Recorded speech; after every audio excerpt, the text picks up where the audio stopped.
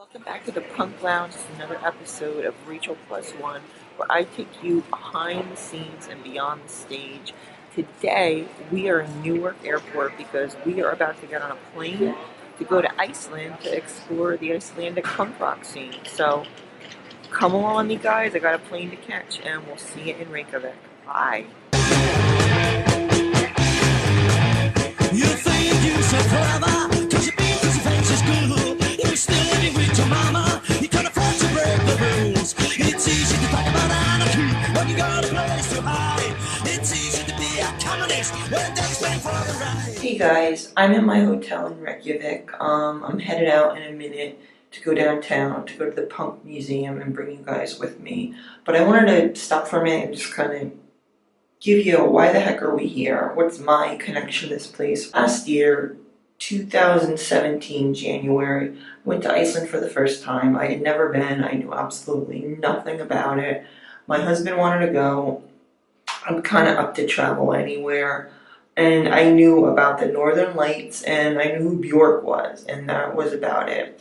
So we came, did the usual stuff you do when you come here, the Blue Lagoon, the geysers, looked at the Icelandic horses, the Golden Circle, Continental Divide, all that stuff. And the nature here is amazing. It's like something out of a movie, or part lunar landing, part crazy, beautiful nature. And that stuff is amazing, don't get me wrong, but I am the type of person that is more comfortable sitting on a bar stool, having a cider, watching a band. So whenever I get into a new city, I look up, punk record stores, shows, anything that's going on. And I found this place called the Icelandic Punk Museum. It was sort of like, what the hell is that? I was like, we have to check that out. So we went, it's kind of in the center of town, but it's hidden. It's in what used to be an old public toilet. So we went, it was amazing. One of the big bands from the 70s here called Q4U, the bass player just popped in and was hanging out, so we started talking to him. Stayed in touch over this past year and kind of became friendly, and we're going to go see him today, kind of ask him about the scene, get some of his history. But what was really cool was that all this music was brand new and fresh to me. I knew kind of so much about, 77 era punk, which is my favorite, and what was happening in New York or, London.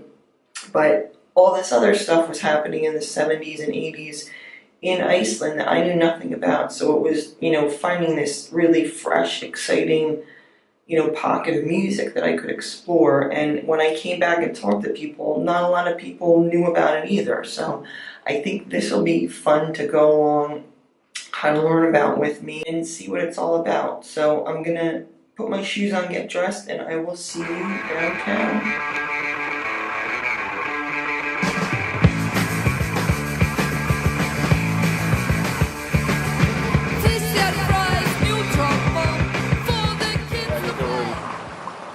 Society, and we're here in Reykjavik at the Icelandic Punk Museum, and we're going to go down there and say hello to Gunnthor. Just so you know, this used to be a public toilet. See? Water closet.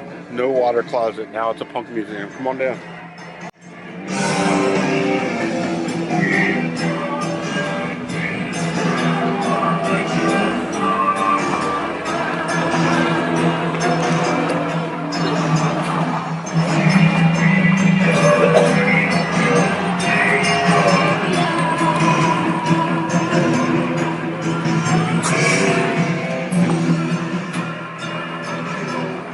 How you doing? We're here at the Icelandic Punk Rock Museum in Reykjavik, Iceland, and we're here with. We have with us. We have Gunnthor. Gunnthor. I'm going to murder every name I say. I wanted to ask you a couple questions before we walk around. I'm really familiar with punk from England and from New York. You were part of the original scene here. Yeah. And what was it like? Tell me what year you got into punk, just how you got into it, what the scene was like. Where did you? I saw. I'm from the glam rock age. I'm born in 1960, So I was really into glam rock. And then one fine day I went to a club called The Club. That's an easy enough name. Yeah, and there was an Icelandic band called Stranglers. They were kind of like the first, they're like our Sex Pistols. They were playing, there was this dead silence after each song, and then the singer said, if you don't clap, we'll take one more song. And everybody clapped like they were mad. Then he said, since you're clapping so much, we're going to take 6 more songs. And people were throwing chairs and glasses and everything at them. Then after that, I started to follow them around. These bands have records out, or was it? Very difficult. Usually we, like, at first we were just tapes. People recording tapes and passing them around. And how much punk from other countries did you guys get that was an influence on you? There's like England and USA. And how would you get records? It's like if someone went abroad, because the mainstream record stores here sold just this regular crap. But I remember one of our friends, he went to England and he got Nevermind the Bollocks, and we just passed it around for ages. Like the Bible. Yeah, like the Bible. So I read that the first punk band that came here was the Stranglers in '78. Yeah, I was there. And that was 2% of the population when it was like what was that like being at that show versus what you had experienced? It was like a punch in the balls, kick in the balls. It's like, wow, what's going on? And they were so different from everybody else that's been around. Usually, courses like that, they were the stars and the people, but they were like on the same level. They invited us to come up on stage. The bass player took the hat of one of the police guys, put it on their ear, didn't know what to do. They were all standing around with cotton in their ears, sticking out. Couldn't hear anything. I was there for 4 days. And at one point, so you're going to these shows. At what point did you decide I want to do my own band? Well, I started out as a roadie for the Freibadnir, or the first band. Then I went to the Outsiders, and after a while I said, "Fuck this! I'm going to start my own band." And the Outsiders, they came second, but they kind of in popularity became they were huge, like Iggy Pop type of front band. Yeah, Old Muscle. Yeah. And so how did you get your band together? Because you had girls and boys in your band. Because we had this enormous PA, the only PA that was around, and we were renting it around, and there was a band that was supposed to show up. They didn't show up, so I said, okay, let's make a band. Just on the spot. I play the bass, I want to be Sid Vicious. You definitely look the part. Yeah, and you play the drums, and you play this, and we went on stage and played for about half an hour, and it sounded actually really horrible. And you guys ended up putting a record out eventually. Yeah. And then what did you guys do after that first crazy show? And then we played 11 times live before we ever rehearsed. It was like sticking your head into afterburner of a jet feather. Everybody came up with a perm. Green one. And there's a famous movie from around that time, Rockin' Reykjavik. You guys were in it, and that's become kind of like a classic. Yeah, the cosplay. And how did you get involved in that movie? Well, the guy who made that movie was going to make a documentary about the Outsiders, but then the Outsiders broke up just before that. But then he started to go around into all these practice places, pick up the Iceland band. There was like Björk and what we called Tigers back then, and Q4U and Freibadnir and Joni. So it was really a great time. And what would you say was the best year for punk rock in Iceland? It's like when that explosion came from 1980, early 1980, because the punk came a little late here because we got forgotten in the middle of the Atlantic for around 600 years. We were just doing this for 600 years. And then suddenly, boom! And there was a famous Clash show, 1980s, a Clash show here. Were you at that show? Oh yeah. How was it? They were really, then they were really at the top. They were touring for London, probably? Yeah. That must have been Excellent. I can only imagine how good. Yeah, and they had the same attitude, They were just one of the crowd. And now, what is the scene like now, would you say? It's like every generation has its own pub. Are there clubs? Are there a lot of shows that go on? Yeah. But now it's more like everything is on. It's not like not all the bands are playing the same three chords. Now it's more like hip hop, Viking metal, death metal, gothic, But it's still a pretty good scene. Is there a band that you like now that's going on in the area that you would tell people to check out? Legend? Yeah. And a classic band, what would you, if somebody had never heard Icelandic punk rock, besides your own, obviously, what's an album that you would tell them this? The first album by Freplarnir, they were like our Sex Pistols. They came and they just knocked it all down. They one time they had a big, meeting, and then they delivered themselves a gold single for the first 10 sold copies. Just to piss the other ones off. And now, taking us back to this place, the Punk Museum opened in 2016, November? Yeah, it's been open about 13 months. So how did this even come about? How did it go from a toilet to the place we have now? There's some mystery guy working deep inside the system that kind of like gave us the signal, or some people the signal. This place was vacant because it had been closed for many years. And so somebody put, I have an idea, and then it turned on into this punk museum. So is this independently run, or does the government give you guys? Well, the city owns the spot. Which is crazy because in the U.S. the city would never say, let's have a punk museum. Never say never, you never know. You've never been in Philadelphia. They try to shut Isn't that where the Liberty Bell is? Yeah. So when this opened, Johnny Rotten came as the opening ceremonies. Yeah. How was it meeting him? When he came walking down the stairs, I was just like a Justin Bieber concert. I couldn't utter a word. I couldn't say a word. He saw that and he ripped a piece of paper or a guest book, wrote something down, and it says, I'm Johnny Rotten and you're not. Ha ha ha. That broke the ice, but I couldn't talk because I had been waiting for him for over 30 years. And how did you get involved in this place? I just came here one day and there was a bunch of people here and they were asking about this and that, and I was this, and somebody asked, why aren't you working here? And I asked the guy who was working, why aren't I working here? And the next day I was working here. And I don't even know if I'm working here or not. So you're working here today because now you're going to show us around. So thank you for talking to us. Can you do a little tour for us and kind of show everybody around? Okay, let's go do that. Okay. I am here to visit the Punk Museum, and I am with the best tour guide who's going to show me around, explain everything to my... Okay, it starts at the door. 874. The Vikings came here to avoid taxes and stuff in Norway, so we came here. They did kind of like this, like that, kind of gay looking, but they came here and a bunch of Irish monks here doing their thing, but we took their heads off because they were, we were Viking faith and... Off with their heads? Yes. It's the Viking way. The beginning. The beginning. Then you come in here. Nothing really happened here until like World War I, World War II. We had been, just collecting hay for 600 years and taking care of sheep.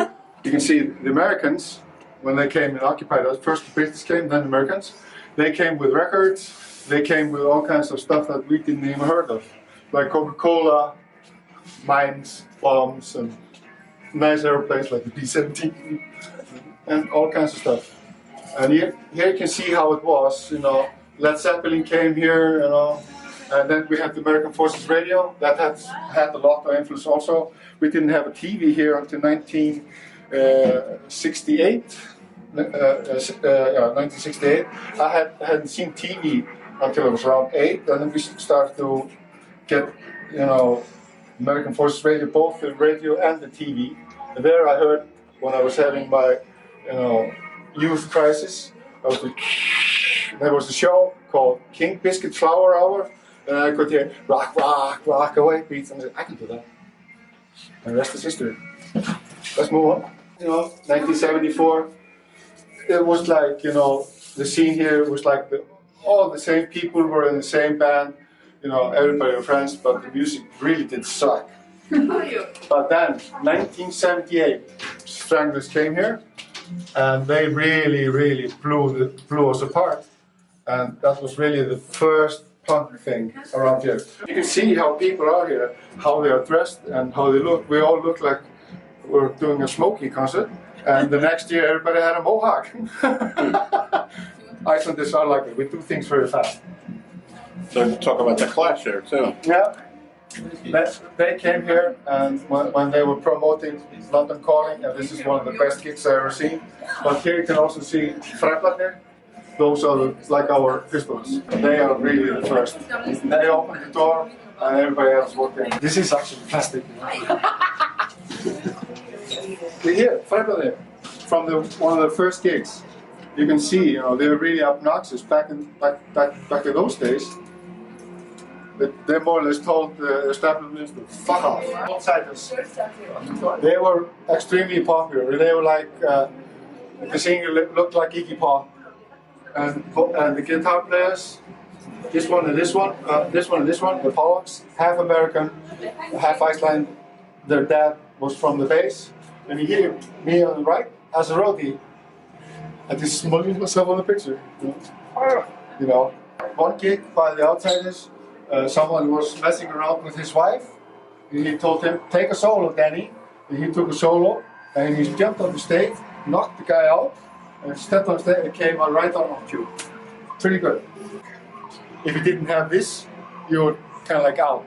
And we used to go to like the surplus of the army here and get these. These was the main thing. If you didn't have those, you were nobody. More bands like Faye and Joni and Taugadildin, and it was a big explosion, and we kind of like overtook a place called Hotel Borg. It was really down the drains back then, even though now it's like a really big thing. And we just took the hippies and threw them out the window, literally. The dress code back then, studs and stuff. Were there any punk clothing stores here, or was everything DIY? No, we had to improvise. Nothing was here. This is Björk. She's like 15 or 16 there at Hotel Borg, our main thing. And you could see there immediately that she was gonna go far. This is me. I know that guy. That's it. She's called, huh? This is my hand. This is my ex-wife. Probably that's why she's my ex-wife. One film was shown, Rocky Reykjavik. Ragnhildur, she was a singer from a girl called Grýlurnar or the Witches. She was Dina and also one of our band members. So that scene was more or less like that. One of his famous pictures, that's Bubbi Mortens from the group Outsiders. As you can see, he's pretty well off. And he started out like a troubadour guy, but when he made that band, the Outsiders, they were really loud and obnoxious, but people out in the country, they thought they were going to see like Bob Dylan, and then suddenly came this 120 decibel whirlwind and blew people away. It was really funny to see out in the country people with toilet paper sticking out their ears because of the noise, and they were really loud. Here you can see all the people who are coming here, like Nick Cave. When he came here the first time, I went to a great party with him. When he came here the second time, I asked him if he remembered anything about his first visit about Iceland. He said no. How often do you get punk gigs, like international bands? Now? Yeah. Now it's pretty regular. Back then it was like, once in a blue moon. There were a few blue moons. Mm-hmm. Bands that you'd like to, since we're talking on the subject, any bands you'd like to see come here that could probably come here from maybe the UK that haven't been here? I would really like to see Becky Pontins. We can talk about that, maybe. She's a friend. And I would like to see Discharge also. Okay. I did see the Crash when they came here. Most boring experience of my life. Sorry. And I would like to see The Damned. I would like to see your band also. I wouldn't mind that. I then like relics from the old days. Good old Sid, huh? That's Björk, back in the days. This is like when the Sugar Cubes came, and they released their first album that called Birthday or Ammali. I think it sold like 15 copies. But then somebody started to talk about them abroad. Then they got big around here. It's the same old story. Probably the first Icelandic stage dive. And who's the head boss lady? Head boss. Stena. Say hello. So I want to thank you guys so much for showing everybody at the Punk Lounge around today. This is definitely a must stop if you're a punk rock fan and you're in Iceland. Yeah, there's no northern lights, no ponies, no 6 feet beautiful blondes with enormous headlights. It's just punk with some smell. There you go. So thank you for sharing the history of the museum with everybody. This is Rachel +1 with Gunnthor, and we're gonna see you later. Bye.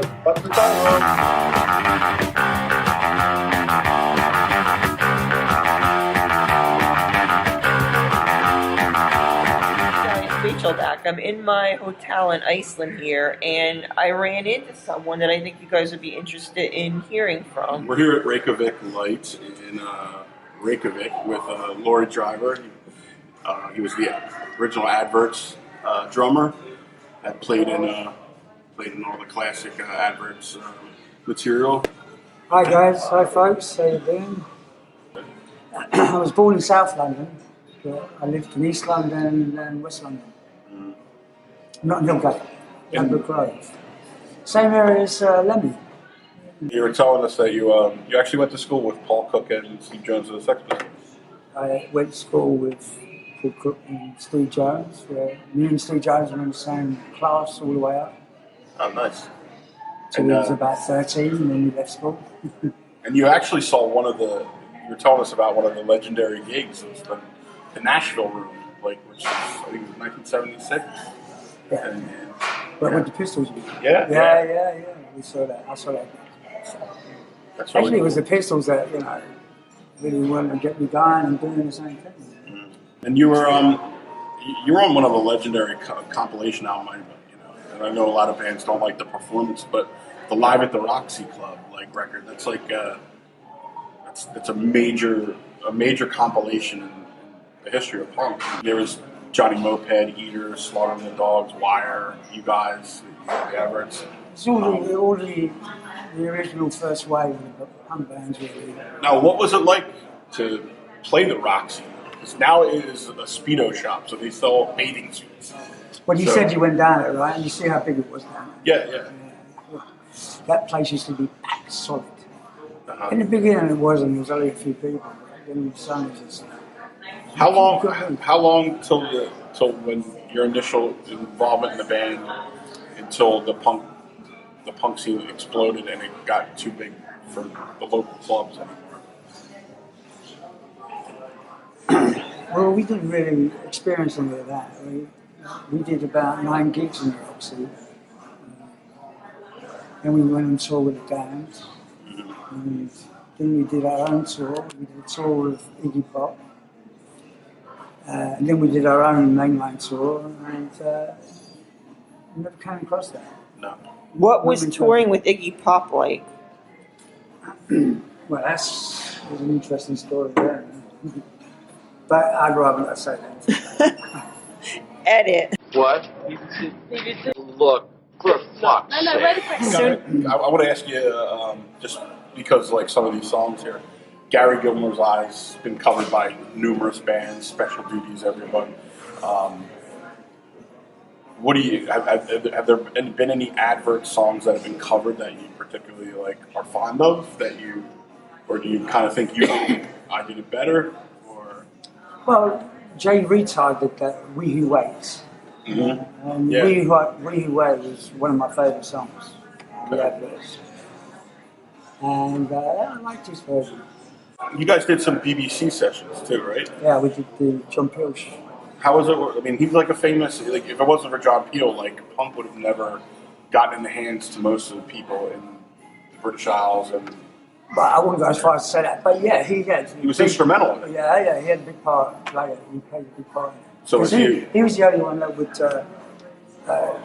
had punk bands coming in. Nobody else really was interested in punk bands. This is you. Certainly is. He was. Just scribbled all on the face. He did scribble on the face for me, but everybody knows the classic "No Time to Be 21." Advert single. He also played on the Gary Gilmore's Eyes and Quick Step and all that, and Safety in Numbers, and it's probably regarded as one of the punk masterpieces. Would you say that? Yeah, I guess it's a masterpiece as far as we're concerned. Crossing the Red Sea with the Adverts, and Well, getting an album together was akin to crossing the Red Sea, believe me. so you were telling us that you actually did not know how to play drums really before you joined the band. I actually bought a drum kit 2 weeks before I joined the band. And I think I bashed on it about 3 times, and they were looking for a drummer in the Adverts, and I was working in the same place. So I just decided to go up there and blag my way in, which I did. It worked. It worked, yeah. So, And it also worked out for the album, I think. tell me about doing the record. Like, where was it recorded? I don't remember. It was Abbey produced Road. by John Leckie. We know that. It was recorded in Abbey Road Studios. Oh wow. So, Beatles. Yeah. Did you feel special that you were recording in where the Beatles, or did you? Were you a Beatles fan? No. So it was like, let's just get this done. This place will work. Actually, Paul McCartney turned up with Linda at the time. It was Linda, I think it was Linda, I'm not sure. And they were peeking through the glass window while we were recording it. You didn't do the crossing the road with the Adverts? No, Everybody does that, like, Zebra crossing. Yeah. No. You'd rather cross the Red Sea. what was the time frame from I barely ever played drums to I'm in this band and we're recording at Abbey Road? And you had a major record deal.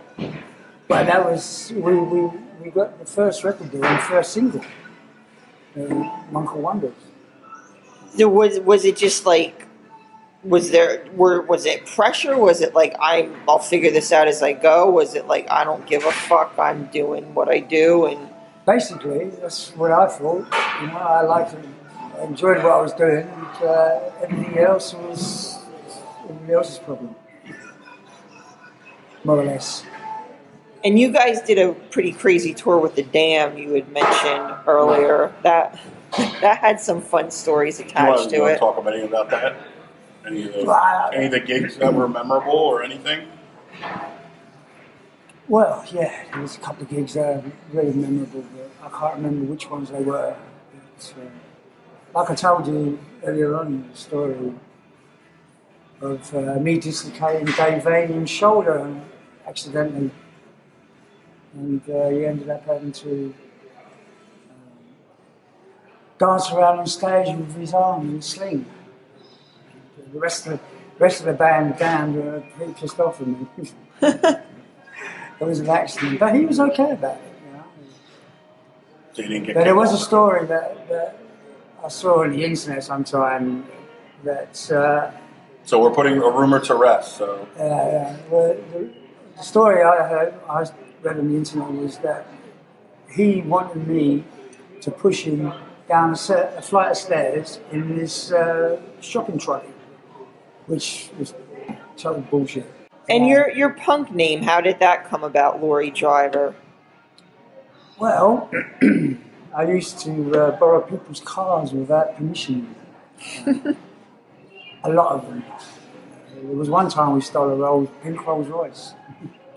Whose Rolls Royce was I that? have no idea. Mark Bolan? He just got out of the car in Kings Road, Chelsea, with his really beautiful girlfriend and his flash pink Rolls Royce, and he goes into the restaurant, and the restaurant was right there, and we just walked up, and of course there's a spare key in every one of these luxury cars. There's always a spare key.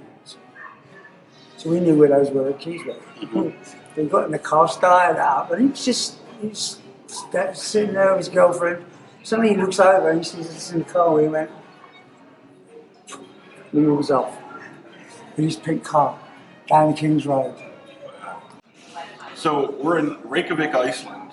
What brings Laurie Driver to Iceland? What do you do here?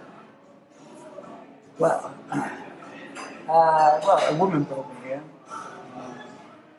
from Amsterdam, because I was living in Amsterdam and I met her. First Icelandic person I ever met. I mean, I was so ignorant about Iceland, I thought they lived in igloos. No, we don't live in igloos, she said. And that's how I ended up staying. And now I'm a grandfather. So I want to thank you, Laurie Driver, for coming to meet up with us, have a little chit chat. It was nice to get you out of the house, and It was nice to get out of the house. we know that you're busy. And Yeah, right. the people at the Punk Lounge will really love this. So again, this is Rachel Plus One in Reykjavik. Hope you enjoyed the Iceland punk rock little history and scene report and some 77 British punk rock stories with Laurie Driver. We will see you next time. Bye.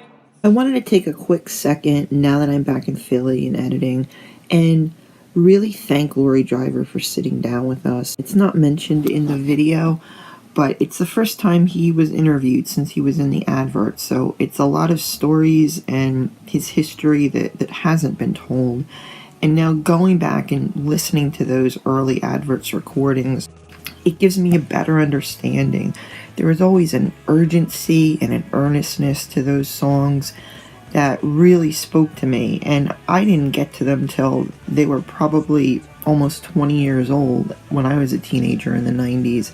But there was something there that other bands didn't have, this honesty, this appeal, this call to action that as a teenager it just hit a spot that I couldn't even really describe. And now knowing a bit more of Laurie's personal history and how he came about to playing the drums, it all makes sense, and it really gives me a greater understanding and a greater appreciation of those songs.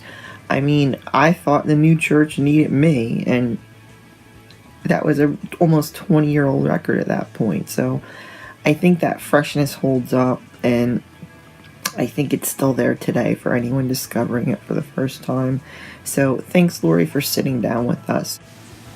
And finally, I just want to recommend to you guys this book. It's called Blue-Eyed Pop, The History of Popular Music in Iceland. It's by Dr. Guni.